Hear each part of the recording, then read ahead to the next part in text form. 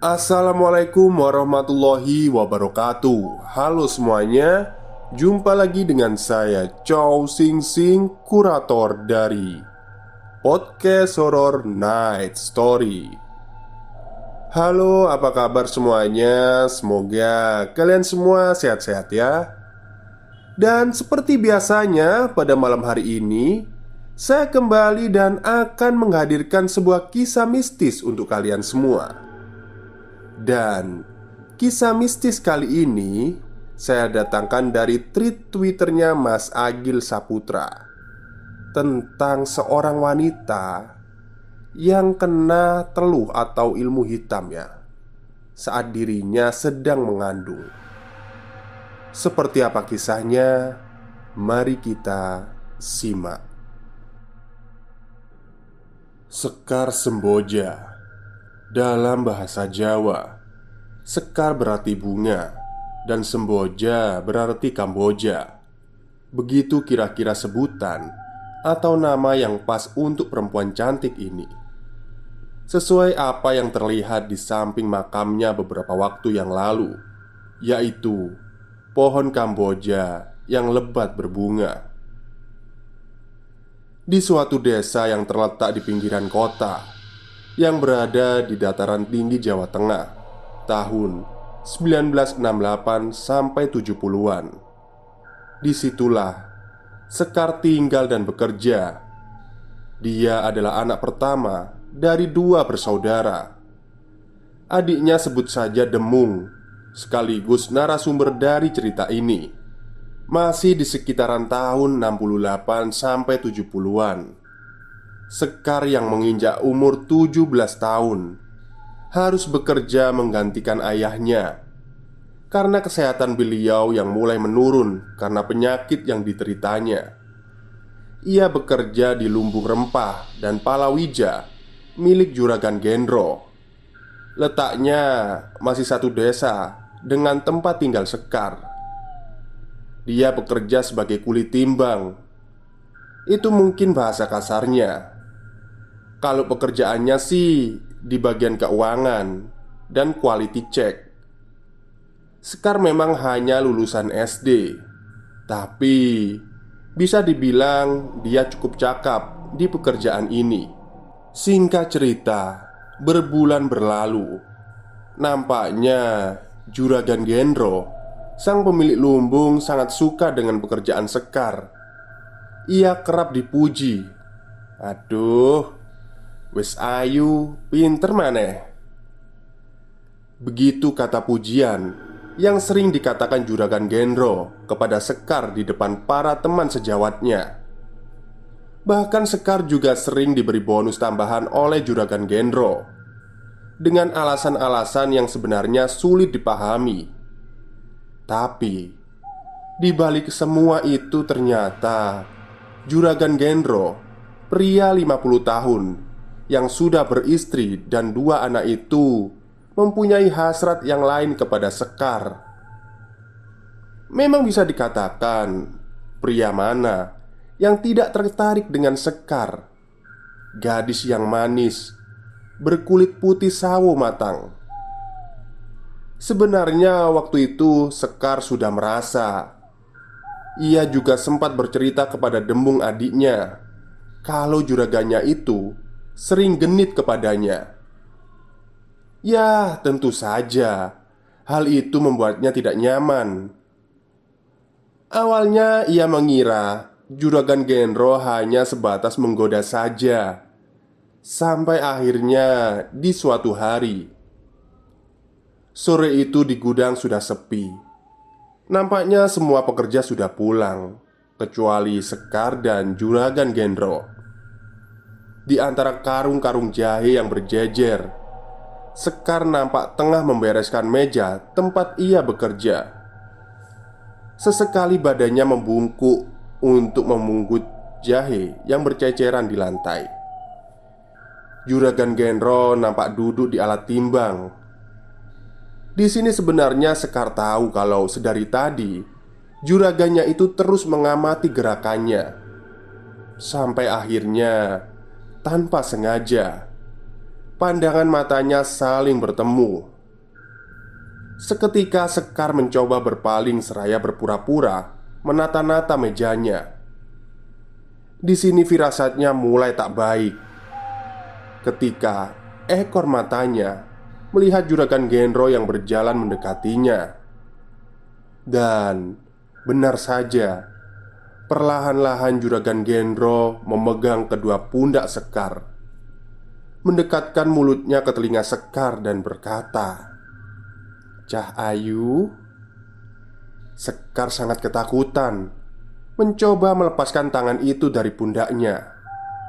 Tapi justru di sini juragan Genro mulai tak terkendali. Dan disinilah Sekar dirupa daksa. Oh, dirupa daksa itu diperkosa ya ternyata ya. Oke, kita lanjut. Ia sudah mencoba memohon agar juragan Genro tak melakukan hal ini. Tapi nampaknya si bajingan Genro ini tidak memperdulikannya dan melanjutkan aksi bejatnya itu. Setelah selesai, juragan Genro memberikan uang 200 rupiah kepada Sekar dengan agak mengancam agar Sekar tak menceritakan hal ini kepada siapapun. "Ini jangan bilang siapa-siapa ya." Begitu kata si laknat Genro sambil menyisipkan uang itu ke tas Sekar. Sore itu Sekar berjalan pulang dengan agak pincang dan memegangi bagian perutnya, seraya ia mengusap air matanya. Sesampainya di rumah, ia harus menelan kesedihannya ketika melihat ayahnya yang pucat tengah duduk di ruang tamu. Sekar buru-buru masuk ke dalam kamarnya. Dan disinilah Demung adiknya sebenarnya sudah curiga dengan gelagat Sekar kakaknya. Tapi memang mereka tak begitu akrab. Jadi semua ini seperti berlalu begitu saja. Yang jelas setelah kejadian itu, Sekar sempat tidak masuk kerja selama 3 hari. Singkat cerita, hari pun berlalu. Sekar mulai beraktivitas seperti biasanya. Sejak kejadian itu, ia menjadi tak banyak bicara. Kala itu, keluarga sama sekali tak menaruh curiga.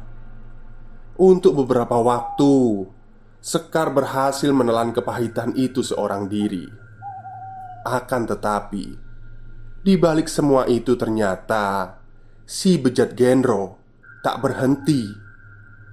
Ia mengulangi perbuatan itu 2 kali lagi. Hingga akhirnya, kira-kira hampir setahun setelah kejadian pertama, ibunya mulai curiga karena Sekar selalu memakai baju hangat di dalam rumahnya untuk menutupi perutnya yang sudah mulai membesar. Setelah sedikit ditekan, di sini akhirnya Sekar mengaku bahwa dia sudah dicabuli oleh juragan Genro sebanyak 3 kali di kurun waktu yang kurang lebih hampir setahun ini. Dan ayahnya sangat marah tentunya. Pasalnya si Genro ini adalah sahabatnya. Umurnya juga hampir sama dengannya. Di sini Sekar bersimpu di kaki ayah dan ibunya dengan pengakuannya yang sudah 3 kali itu. Terjadi sedikit perdebatan singkat. Sang ibu ingin si Genro bertanggung jawab atas kehamilan Sekar, dan sang ayah ingin si Genro dipenjara. Demung terlihat mengasah sabit. "Genro asu, tak pateni kene." Begitu kata Demung sebelum akhirnya kakaknya memeluknya, mencegahnya agar tidak gegabah. Sampai akhirnya pendapat ibu yang menang. Genro harus bertanggung jawab. Ayahnya yang sedang keadaan sakit-sakitan tentu tak mungkin menyambangi rumah Genro. Akhirnya ia menyuruh Bogel, adiknya atau paman Sekar, untuk mengajak Juragan Gendro menyelesaikan masalah ini. Sekedar informasi, Bogel Paman Sekar ini adalah preman yang sangat ditakuti di desa itu. Mengetahui duduk permasalahan ini, tentu kepalanya seperti diinjak.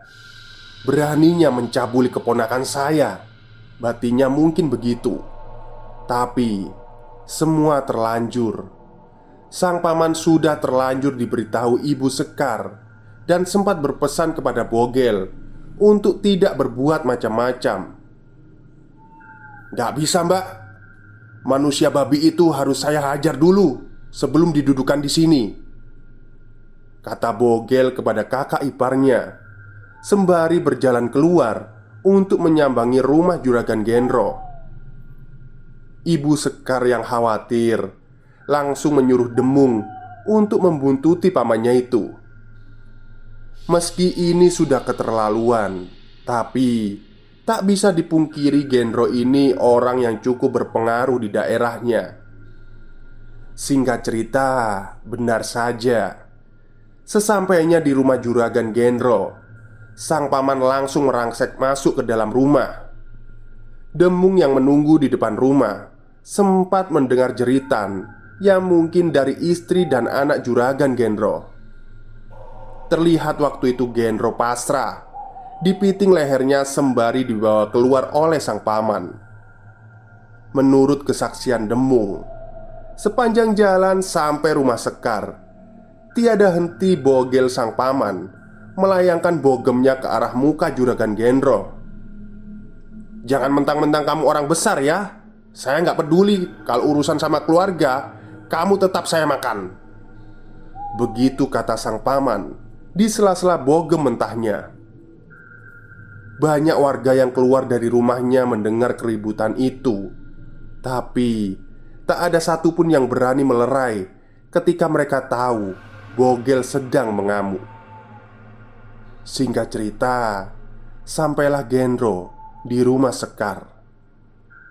Tak ada perdebatan yang panjang karena di sini Juragan Gendro langsung mengakui perbuatannya dan akan bertanggung jawab untuk menikahi Sekar.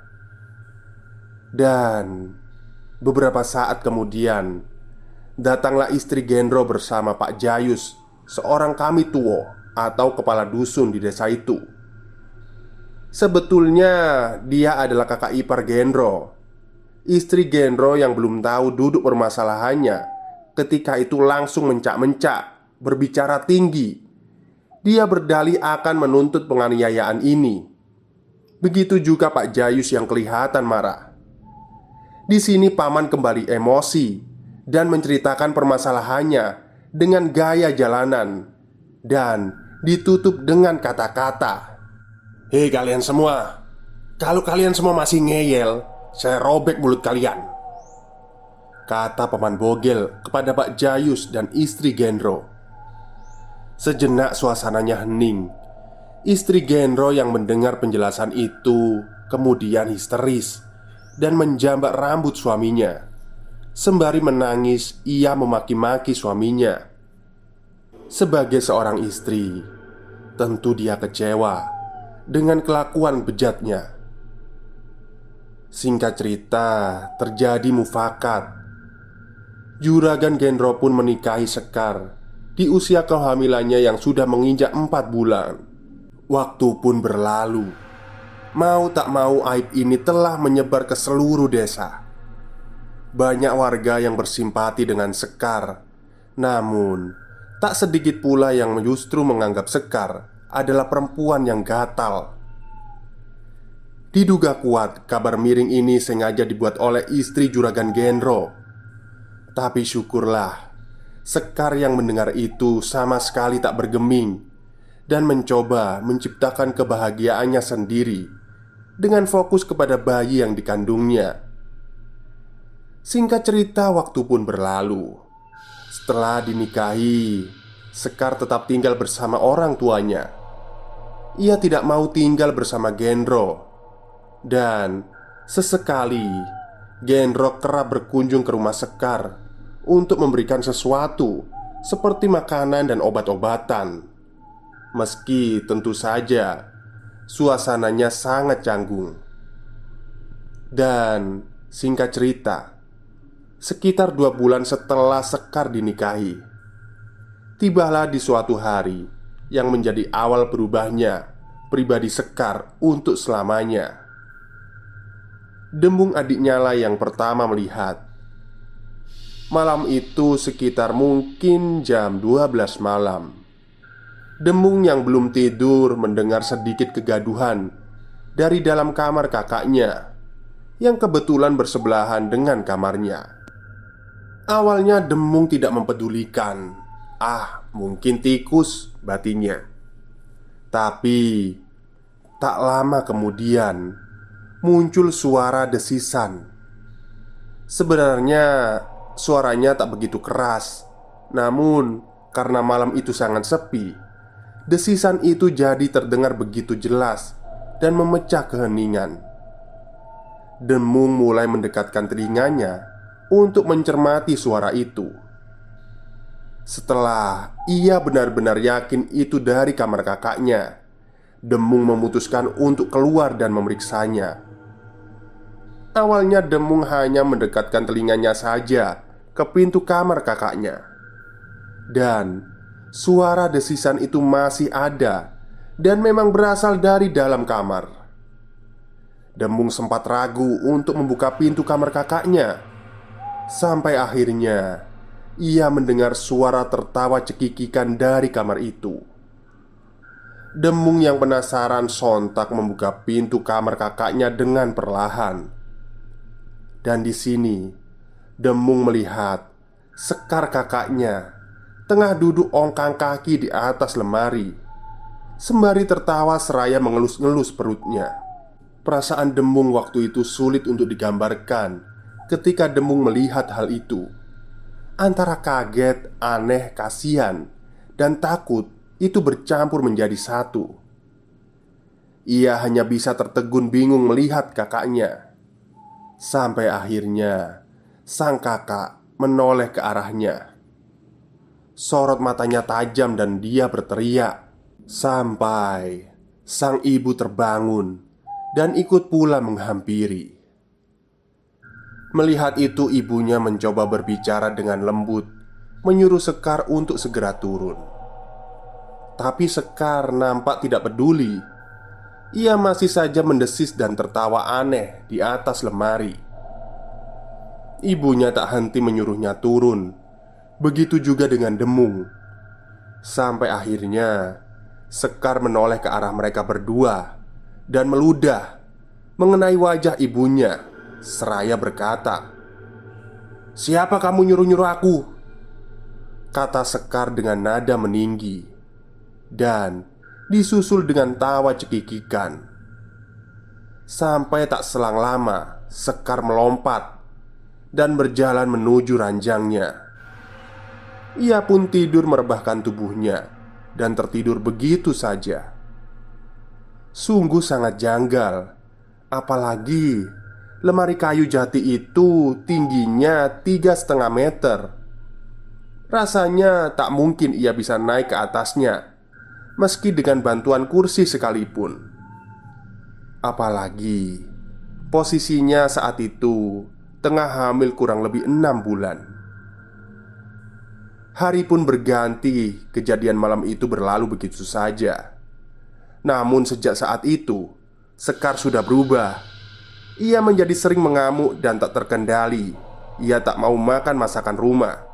Tapi anehnya dia hanya mau makan makanan yang dibawa oleh Juragan Gendro, yang padahal diberikan hanya 2-3 hari sekali, bersamaan dengan kedatangannya menjenguk istri mudanya.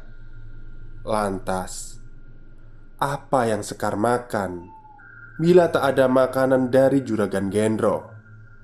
Mari kita simak. Sore itu, sudah 2 hari Gendro tidak menjenguk Sekar. Ibunya sudah mencoba memasak makanan kesukaannya dahulu, tapi Sekar tetap tidak mau. Ia justru mengamuk. Sampai akhirnya Dembung pergi ke rumah Gendro untuk mengabarkan hal ini. Namun sesampainya di sana, Genro tak ada di rumahnya. Ia hanya bertemu dengan istrinya yang kala itu memberikan jawaban yang ketus ketika ia mengabarkan hal ini. Sudah dari pagi Sekar ini tidak makan. Demung yang khawatir lantas berinisiatif membelikannya makanan di jalan. Di rumah ia akan berbohong kepada kakaknya kalau makanan ini dari juragan Gendro. Tapi sesampainya di rumah, ketika Demung masuk ke kamar kakaknya, ia melihat pemandangan yang sulit untuk digambarkan. Yang jelas, apa yang dilakukan kakaknya itu adalah, maaf, ia jongkok dan berak di atas ranjangnya. Dan pilunya lagi, Sekar juga tampak tengah memunguti kotorannya dan memakannya. Demung yang melihat itu seketika berlari memeluk kakaknya itu.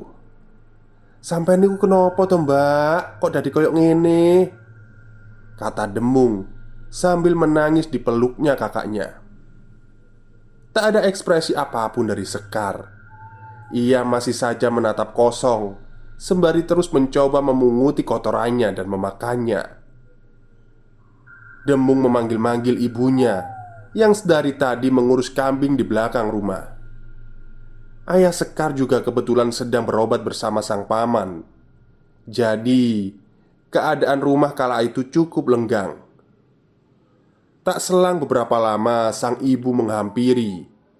Ia yang melihat keadaan itu langsung segera mengambil air untuk membersihkannya. Sementara Demung tengah memapa kakaknya menjauh dari ranjang. Dan beberapa saat kemudian Genro datang. Singkat cerita, hari pun berlalu. Semakin hari, Sekar semakin kehilangan kewarasannya. Ia sangat sulit untuk diajak berkomunikasi. Perangainya seperti seorang lelaki. Ia akan marah ketika dipanggil Sekar. Makanya semakin banyak. Genro pun terlihat semakin sering bolak-balik menjenguknya untuk mengantarkan makanan. Karena seperti yang kita semua tahu, Sekar hanya mau makan makanan yang diberikan oleh Genro. Ia tak mau mandi. Duduknya seperti lelaki dengan perut besarnya yang selalu dibiarkan terbuka. Dengan keadaannya sekarang, pihak keluarga mengira Sekar mengalami gangguan jiwa. Tapi di sini Demung adiknya menyaksikan bagaimana perubahan kakaknya sulit menerima perihal itu. Pasalnya proses perubahannya itu tidak melandai atau sedikit demi sedikit, tapi drastis. Berawal cuma dari satu malam, ketika tiba-tiba di tengah malam kakaknya berada di atas lemari sekitar 3 minggu yang lalu. Ditambah lagi, Sekar hanya mau makan makanan dari Genro. Apakah itu tidak aneh? Apakah Genro menaruh sesuatu yang jahat di makanannya? Jelas, kalau dirunut, Genro sangat punya motif untuk melakukannya. Demung mencoba mengkomunikasikan pendapatnya ini kepada ibunya, tapi mereka masih tak percaya dan menyuruh Demung untuk tidak berpikir macam-macam. Namun suatu hari ada kejadian yang membuat orang tuanya setidaknya berpikir tentang kebenaran pendapat si Demung. Begini ceritanya. Kira-kira 2 bulan sudah Sekar mengalami keadaan yang masih diduga gangguan jiwa. Mesti keanehan-keanehan semakin muncul dalam dirinya. Sekarang Sekar tak mau lagi dipanggil namanya. Ia selalu memperkenalkan dirinya sebagai Badak Sewu. Di kandungannya yang sudah menginjak kurang lebih 8 bulan ini, perangainya semakin seperti seorang lelaki. Waktu itu, pintu kamarnya sengaja dikunci dari luar. Ayah, ibu, dan Demung adiknya tengah duduk di ruang tamu. Di situ memang mereka sedang membicarakan Sekar, membicarakan keadaannya yang kian hari kian memburuk. Mereka berunding mau diapakan Sekar ini agar bisa sembuh. Sang ibu dan Demung mulai menganggap ada campur tangan sihir yang membuat Sekar seperti ini. Sang ayah juga sedikit percaya karena ia melihat sendiri perubahan dari anaknya. Namun di sini sang ayah tetap ingin akan membawa anaknya ke jalur medis terlebih dahulu. Dan tiba-tiba di tengah obrolan mereka terdengar suara ketukan dari kamar Sekar. "Buka! Buka!" Suara berat seorang lelaki dari dalam kamar Sekar. Mereka semua sejenak terdiam dan tertegun dengan suara itu, karena jelas sekali itu bukan suara Sekar. "Buka! Buka!" Ketukan dan suara itu terdengar lagi. Mereka semua masih terdiam di ruang tamu. "Kalian itu dengar apa tidak? Buka pintunya!" Suara dari kamar Sekar. Dengan sedikit terbata, Demung menjawab perkataan itu. "Siapa itu?" kata Demung. Dan sosok dalam kamar itu menjawab, "Aku Badak Sewu. Gak usah nyari Sekar. Dia sudah akan mati." Mendengar perkataan itu, sang ayah langsung beranjak dari tempat duduknya dan membuka kunci kamar Sekar. Setelah dibuka, dalam kamarnya memang gelap. Sang ayah melangkah masuk seraya memanggil-manggil nama Sekar anaknya, diikuti dengan Demung dan sang ibu di belakangnya. Namun, baru beberapa langkah mereka memasuki kamar itu, tiba-tiba saja ada seperti angin kencang yang mendorongnya. Sang ayah sempat sedikit terpental dan jatuh mengenai Demung dan sang ibu di belakangnya. Di situ terlihat ada dua mata merah menyala di dalam kamar yang gelap itu. Berdirilah di atas ranjang Sekar. Tubuhnya terlihat cukup jelas karena terkena cahaya dari ruang tamu. Sosok itu kini hanya diam tak berkata. Dan semakin jelas, ternyata pijakan kaki dari sosok itu berdiri adalah tubuh Sekar yang terbaring. Mereka bertiga seakan tak percaya melihat sosok itu. Sang ayah nampak ketakutan dan memundurkan langkahnya, seraya memberi isyarat kepada Demung dan sang ibu untuk menjauh. Tapi tiba-tiba saja mata merah dari sosok itu mulai meredup dan menghilang. Suasana seram itu seketika teralihkan oleh sang ibu yang pingsan. Untung Demung sempat meraihnya sehingga ia tak sempat roboh ke lantai. Sementara sang ayah berjalan mendekat ke Sekar yang sepertinya tengah tertidur. Dengan rasa takut dan ragu, sang ayah mencoba memegang tubuh anaknya itu. Demung yang sudah merebahkan ibunya di ruang tamu segera menyusul lagi ke kamar kakaknya. Namun seketika perasaannya mulai tak enak ketika melihat sang ayah hanya diam. Dengan terbata, sang ayah berkata pada Demung, "Sampaikan ke Paman Bogel, kakakmu sudah meninggal," kata sang ayah dengan menahan tangis. Demung segera berlari ke rumah pamannya untuk mengabarkan hal ini. Di jalan ia menangis dan seperti tak percaya dengan apa yang terjadi. Sekar Semboja meninggal dunia bersama bayi yang dikandungnya, tanpa isyarat apalagi kata perpisahan. Usianya kala itu belum ada 20 tahun. Demung, ayah dan ibunya menduga kuat apa yang terjadi pada Sekar kakaknya itu adalah campur tangan kekuatan lain, yang ini entah santet atau teluh. Dan kalau memang dugaan ini benar, tentu saja Juragan Gendro lah tersangka utamanya.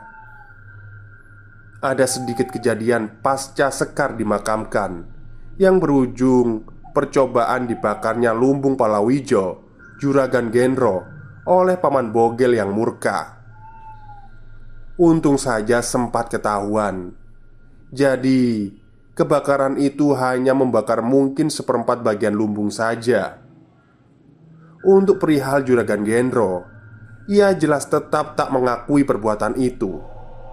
Lagi pula, hal-hal seperti itu juga sulit dibuktikan.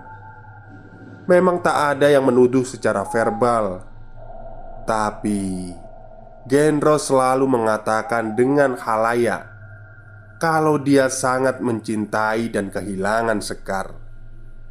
Yang jelas perkataan-perkataannya pasca meninggalnya Sekar justru menggiringnya menjadi pihak yang tertuduh. Terbukti para warga atau tetangga Sekar waktu itu menstigma bahwa Juragan Gendro lah yang membuat Sekar seperti itu. Itu mungkin sebatas stigma saja, tapi paling tidak keluarga Sekar mendapat dukungan moral atas dituduhnya Juragan Gendro sebagai orang yang telah menyantet Sekar.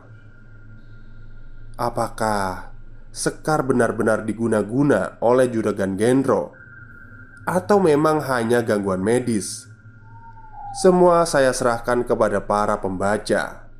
Yang jelas, kira-kira 2 tahun kemudian Juragan Gendro menemui karmanya. Dia meninggal tersambar petir ketika tengah bermain merpati. Sekian. Baik, itulah sekelumit cerita dari tweet Twitternya Mas Agil Saputra. Kasihan ya si Sekar ini sebetulnya ya. Ya kadang-kadang itu kalau kita kerja terus punya bos genit itu risih ya kayaknya ya. Untung saya laki-laki. Oke, mungkin itu saja cerita dari saya pada malam hari ini. Kurang lebihnya saya mohon maaf. Wassalamualaikum warahmatullahi wabarakatuh.